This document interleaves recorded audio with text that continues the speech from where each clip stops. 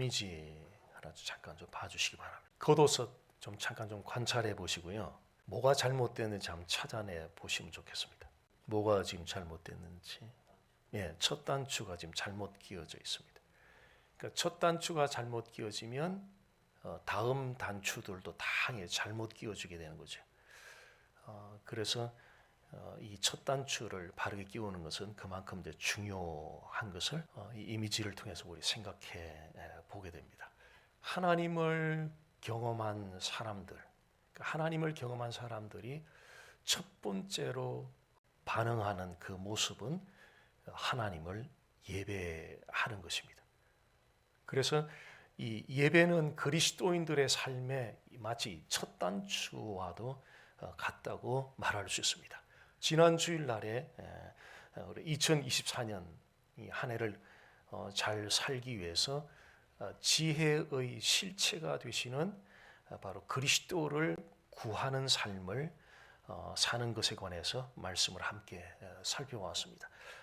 오늘은 그리스도인들의 삶의 그 첫 단추에 해당하는 바로 예배에 관해서 좀 말씀을 나누도록 하겠습니다. 이어서 이미지 하나 보시면은요, $5 million 체크입니다.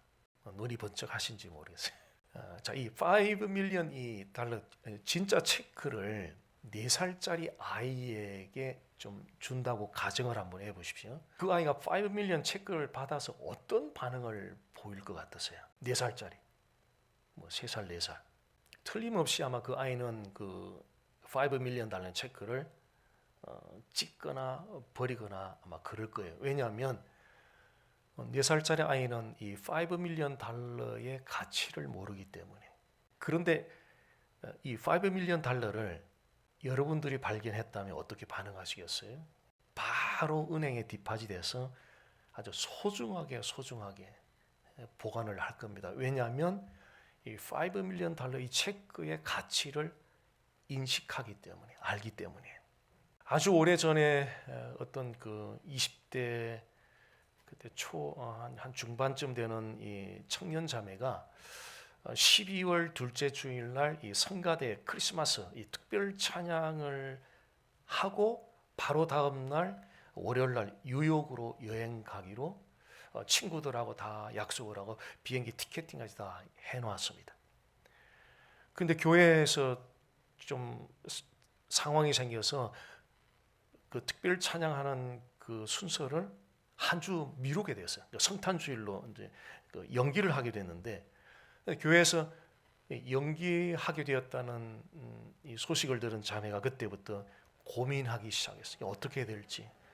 그래서 한 주간 며칠간 기도하고 이제 결정을 내렸는데 예배 참석하면은 뉴욕 여행 가는 것을 취소해야 되고 또 여행을 가면 12월 셋째 주 성탄주일 날 그 특별 찬양하는 그 예배에 참석하는 것을 포기해야 되고 그래서 며칠간 기도 끝에 뉴욕 여행 가는 것을 취소를 하고 예배에 참석하기로 결정을 했습니다. 그 당시 한 22년 전이니까요. 그러니까 20대 자매에게 $500은 작은 돈이 아니거든요. 뉴욕 여행을 취소했다는 것은 그 비행기 티켓 샀던 그 $500을 포기한다는 이야기거든요. 그 청년 자매가 그렇게 할 수 있었던 것은 바로 예배의 가치 때문이었습니다. 오늘 드리고 있는 이 예배의 가치를 우리 한번 생각해 봤으면 좋겠는데요. 이 예배의 가치가 과연 얼마나 될까? 이 예배의 가치를 우리가 어떻게 인식하는가에 따라서 예배에 대한 우리의 태도도 충분히 달라질 수 있을 것 같습니다. 그래서 예배의 가치를 온전히 인식하는 일은 대단히 중요한 일이라는 것을 말씀드립니다. 자, 오늘은 이 예배의 가치를 온전히 인식하기 위해서 첫 번째 우리 함께 살펴볼 것은 예배의 본질이 무엇인가. 두 번째는 예배의 초점은 어디에다 두어야 할 것인가. 세 번째는 예배하러 나가는 우리의 태도는 어떠해야 할 것인가. 이 세 가지 포인트를 좀 함께 생각해 보겠습니다. 첫 번째, 예배의 본질은 무엇입니까? 시편 95편 1절 2절 말씀은 그 예배의 본질이 무엇인지에 관해서 우리에게 알려주고 있습니다. 1절 말씀 보겠습니다. 오라 우리가 여호와께 노래하며, 1절에서 우리가 제일 먼저 주목하게 되는 것은 노래한다는 표현인데요. 이 시편 기자가 노래한다는 이 표현은 전체적으로 월십한다, 예배드린다 그런 뜻입니다. 예배는 아무나 드릴 수 있는 게 아니거든요. 하나님께 속한 사람들이 하나님께 오퍼한다는 거죠. 하나님께 올려드리는 것, 이것이 예배입니다. 자, 그렇다면 이 예배의 본질은 과연 무엇일까? 예배의 본질을 달리 표현하면 예배에 관해서 성경의 진리가 말씀하는 바는 무엇인가, 이런 뜻입니다. 예배의 본질을 이해하는 것이 중요한 이유가 바로 여기 있는데요. 예배의 본질을 이해하는 것이 중요한 이유는 기독교 신앙은 우리 행동 이전에 진리를 아는 것이 first, 먼저 와야 하기 때문에 그렇습니다. 그러니까 진리를 아는 것을 밭에 씨앗을 뿌리는 것에 비유할 수 있습니다. 자, 씨앗을 뿌리지 않았는데 싹이 나겠습니까? 절대 싹이 나지 않습니다. 싹이 나기 위해서는 반드시 밭에 씨앗을 뿌려야 됩니다. 이것이 바로 성경이 말하는 심음과 거둠의 법칙입니다. 진리가 우리 마음 안에 이게 심기어져야 그 다음에 우리 행동할 수가 있거든요. 만약에 씨앗을 뿌리지 않았는데 싹이 났다면 그 싹은 틀림없이 정상적인 싹이 아니라 잡초일 것입니다. 진리가 우리 마음 안에 플랜트 되지 않았는데, 심기어지지 않는데 행동을 한다면 그 행동은 하나님과는 상관없는 행동일 것입니다. 하나님과 상관 있는 행동, 하나님을 기쁘시게 해드리는 행동, 하나님이 억셉트할 만한 행동은 반드시 먼저 first, 진리가 먼저 플랜트 되어야, 진리가 먼저 우리 마음에 심기어져야, 그리고 행동할 때 하나님은 그 행동을 기뻐 받으신다는 것입니다. 하나님께 상관이 있는 예배, 하나님이 받으시는 그런 예배, 하나님이 받으시는 예배를 위해서 예배의 본질이 무엇인가에 관해 이 진리가 말씀하는 바, 그 진리를 먼저 아는 것이 절대적으로 필요합니다. 성경의 진리는 예배의 본질을 무엇이라고 말씀하고 있는지 1절 후반부와 2절 말씀을 통해서 살펴보겠습니다. 1절 후반부 말씀을 보면 구원의 반석을 향하여 즐거이 외치자. 우리가 감사함으로 그 앞에 나가며 시를 지어 즐거이 그를 노래하자. 이 구원의 반석은 구원을 베풀어 주시는 여호와 하나님을 가리키거든요. 이 반석은 그 하나님을 가리킵니다. 시편 기자는 구원을 베풀어 주시는 여호와 하나님을 향하여 감사함으로 즐겁게 노래합시다라고 시편 기자는 외치고 있습니다. 구원을 베풀어 주신 여호와 하나님을 향하여 감사함으로 즐거이 노래하는 것, 이것이 바로 예배의 본질이다. 구원을 베풀어 주신 여호와 하나님을 향하여 감사함으로 즐거이 노래 부르는 것, 이것이 바로 예배의 본질이다. 우리는 매주일마다 여호와 하나님을 향하여 예배를 드리는 예배자들입니다. 예배를 드리는 예배자들로서 예배의 본질과 관련해 우리 스스로에게 좀 던져볼 질문 두 가지가 있습니다. 자, 첫 번째 질문은 구원을 베풀어 주신 여호와 하나님을 나는 익스피리언스 했는가, 경험했는가? 두 번째는 구원을 베풀어 주시는 여호와 하나님을 향한 감사함으로 즐거이 노래 부르며 지금 나아가고 있는가? 이 두 가지를 우리는 매주일 예배 드리러 나올 때마다 점검하는 차원에서 질문을 던져 보아야 할 것입니다. 에베소 2장 1절 말씀 보면은요, 그는 허물과 죄로 죽었던 너희를 살리셨도다. 아담이 범죄한 이후에 모든 인류는 허물과 죄로 죽어 있었습니다. 쉽게 말하면 사람이 범한 그 허물과 죄로 인해서 사람들이 이미 영적으로 죽은 상태에 있었습니다. 어떤 사람들은 이렇게 말할지 모릅니다. 아니, 이렇게 살아있는데 뭐 죽었다고 그렇게 말을 합니까? 라고 도무지 이해가 되지 않는다는 반응을 볼 수 있습니다. 그러나 성경이 죽었다고 말하는 것은 허물과 죄로 말미암아 하나님과의 릴레이션십이 브로큰되었다. 브로큰 릴레이션십이다. 소통이 이루어지지 않게 되었다는 그런 의미입니다. 그 결과로 죄로 말미암아 하나님과의 관계가 단절된 결과로 하나님께서 천지 만물을 통해서 사람들이 하나님을 알아볼 만한 모든 환경을 천지 우주 만물을 통해서 다 보여주셨는데도 사람들은 믿지도 않고 하나님을 섬기지도 않고 하나님께 감사치도 않고 하나님을 영화롭게도 하지 않게 되었다. 그 결과로 허물과 죄로 말미암아 영적으로 죽어서 하나님과 관계가 단절된 결과로, 그런데 하나님께서는 독생자 예수 그리스도를 보내셔서 십자가에 죽게 하시고 다시 살아나게 하셔서 독생자 예수 그리스도께서 성령님을 이 땅에 보내셔서 우리로 하여금 그 십자가에 못 박혀 죽으시고 살아나신 그 예수님을 믿게 함으로 우리로 하여금 영적으로 죽어 있었는데 살아나게 해서 하나님과의 브로큰 릴레이션십을 다시 연결시켜 주시고 소통 관계가 되어서 하나님 나라에서 영원토록 사는 자들이 되게 해 주셨습니다. 영원히 살게 되었습니다. 죽었었는데 영원히 살게 되었다는 것 때문에 암에 걸렸는데 회복이 되어서 10년을 더 살게 해준 것 가지고도 땡큐 하는데 10년이 아니라 영원토록 살게 되었다는 거죠. 영원토록 살게 되었다는 바로 이 팩트 때문에, 이 사실 때문에 예배할 때마다 감사합니다. 그리고 즐겁게 노래할 근거가 분명하게 우리에겐 주어졌다는 거죠. 예배의 본질이 무엇입니까? 구원을 베풀어 주신 여호와 하나님을 향하여 감사함으로 즐거이 노래 부르며 나가는 것이 예배의 본질입니다. 그런데 어떻습니까? 예배 때마다 우리는 우리 스스로로 느낄 때가 많을 겁니다.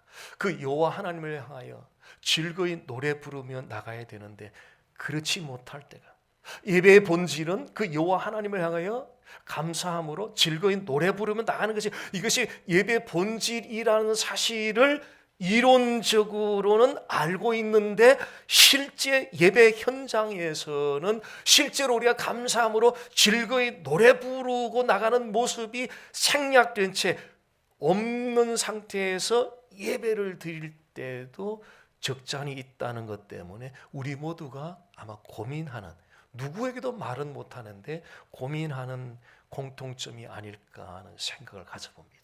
어떻게 해야 그 고민을 좀 해결할 수 있겠습니까? 어떻게 해야 그 고민을 해결할 수 있겠습니까? 이것은 예배의 초점과 관련되어 있습니다. 예배의 초점을 바르게 가지면 이 고민이 해결될 수 있습니다. 자, 그렇다면 예배를 드리면서 무엇에 초점을 우리가 해야 하겠습니까? 이것이 오늘 우리가 두 번째로 생각해 볼 질문입니다. 예배 드릴 때에 무엇에 초점하여야 합니까? 자, 두 종류의 사람들로부터 선물을 받았다고 한번 가정을 해보십시오. 첫 번째 사람은 전혀 잘 모르는 사람이에요. 근데 선물을 받았어요. 두 번째 사람은 잘 아는 사람이에요. 잘 아는 사람이 선물을 받았어요. 근데 세월이 지났어요. 첫 번째 사람, 잘 알지 못하는 사람이 받았던 선물. 세월이 지나면 잘 알지 못한 사람은 기억에서 서서히 지워지죠. 그리고 그분에게 받았던 선물에 대한 감사도 점점 식어져가지고.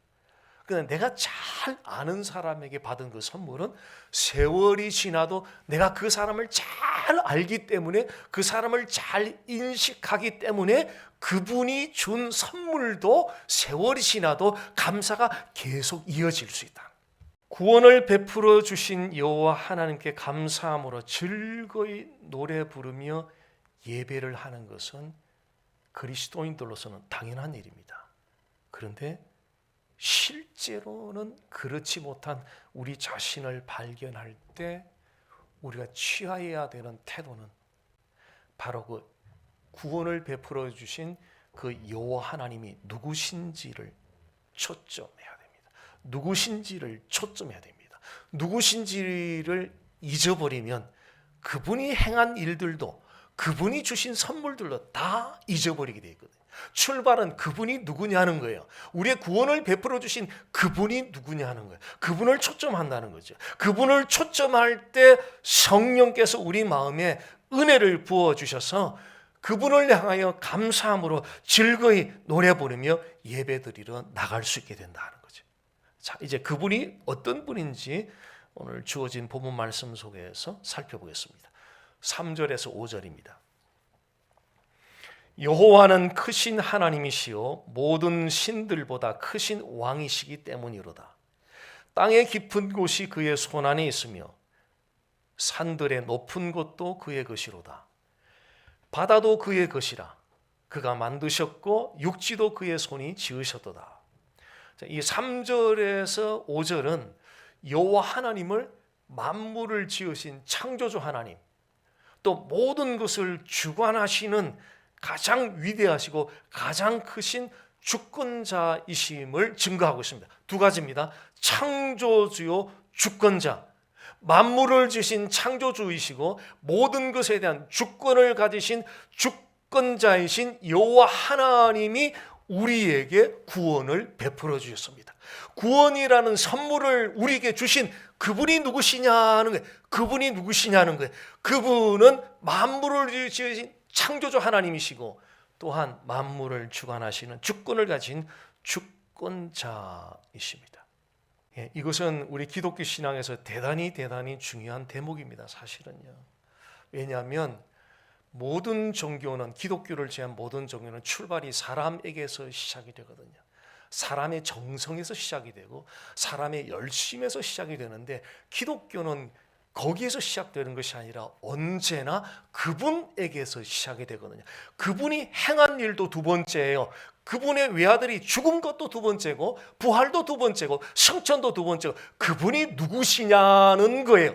그분이 누구시냐는 거예요. 거기서 기독교는 출발된다. 거기서 출발되니 그 하나님이 죽으셨으니 이것이 보통 사건이 아닌 거죠. 예배 때마다 항상 이렇게 한번 읊조리면서 그분을 상기해 보면 좋을 것 같습니다. 나에게 구원을 베풀어 주신 여호와 하나님은 나의 창조주시요 나의 주권자이시다.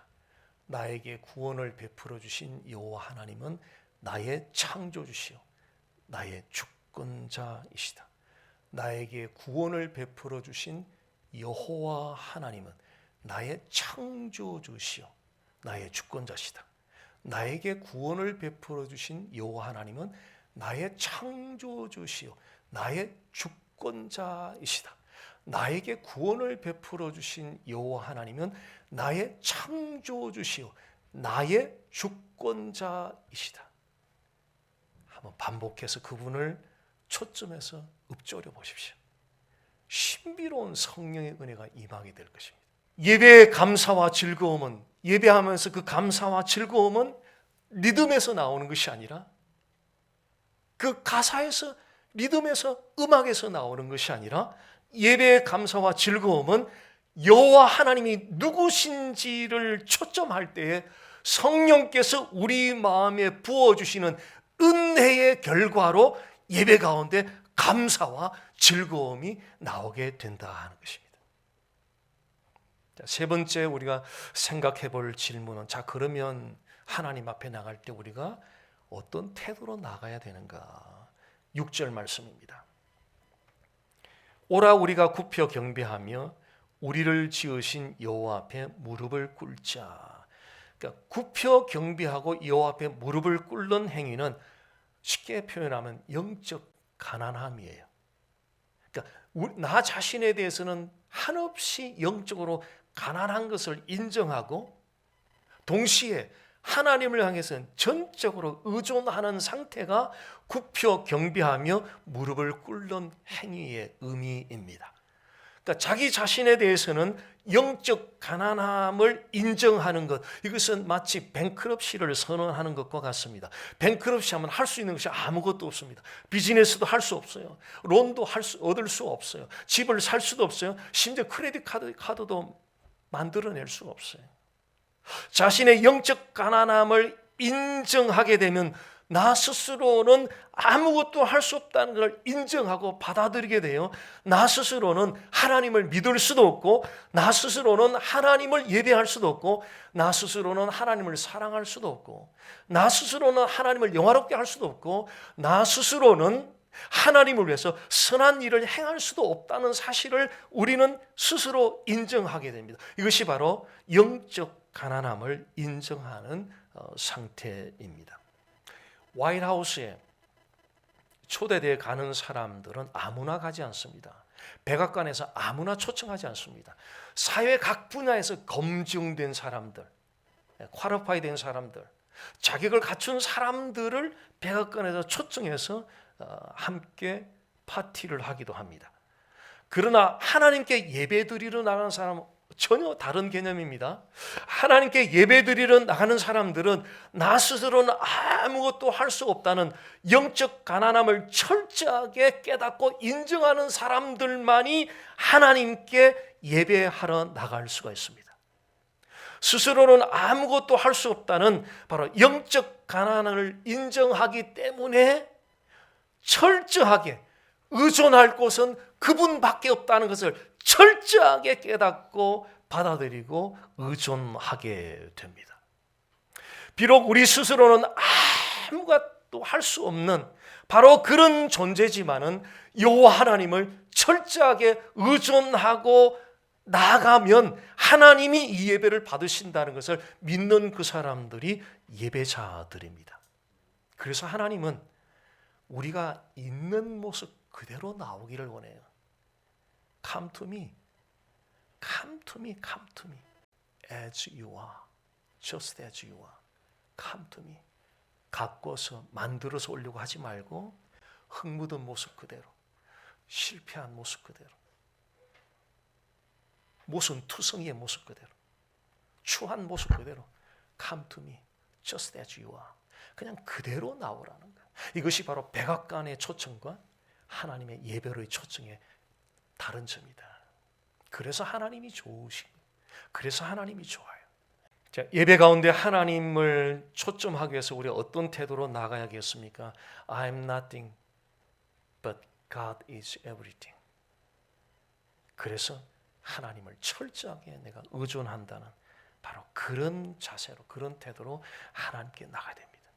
아무것도 할 수 없는 나 자신, 그래서 조금도 의존할 것이 없는 나 자신, 오직 여호와 하나님만을 전적으로 의존해야겠다는 바로 그 태도가 예배하러 나가는 예배자들이 갖춰야 되는 태도입니다.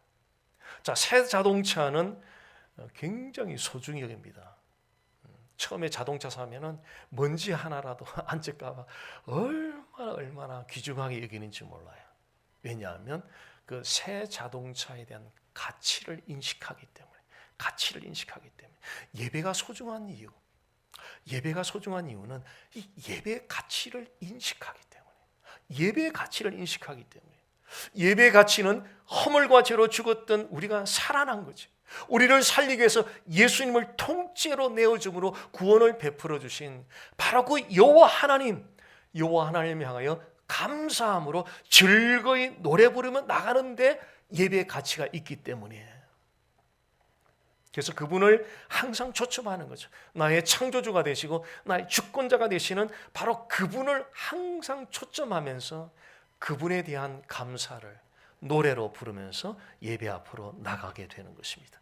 언제나 항상 예배 앞에 나올 때마다 I'm nothing, 나는 아무것도 아니야, 나 무익한 존재야, 나 스스로는 할 수 있는 것이 아무것도 없어요. 오직 하나님이 전부 다예요. 하나님이 70%가 아니에요. 하나님이 90%가 아니에요. 하나님이 99%가 아니에요. 하나님이 100%예요.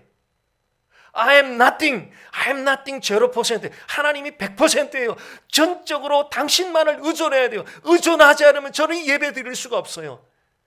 그런 마음으로 나가는 예배자들을 하나님이 기뻐 받으실 것입니다. 여호와 하나님이 인정하시고 여호와 하나님 보시기에 성공하는 예배자로 살기를 한번 갈망해 보시기를 바랍니다. 여호와 하나님이 인정하시고 여호와 하나님이 보시기에 성공적인 예배자가 되면 2024년 한 해 여호와 하나님께서 맺어주시는 그 복된 열매를 삶의 각 분야에서 충분히 거두게 될 것입니다.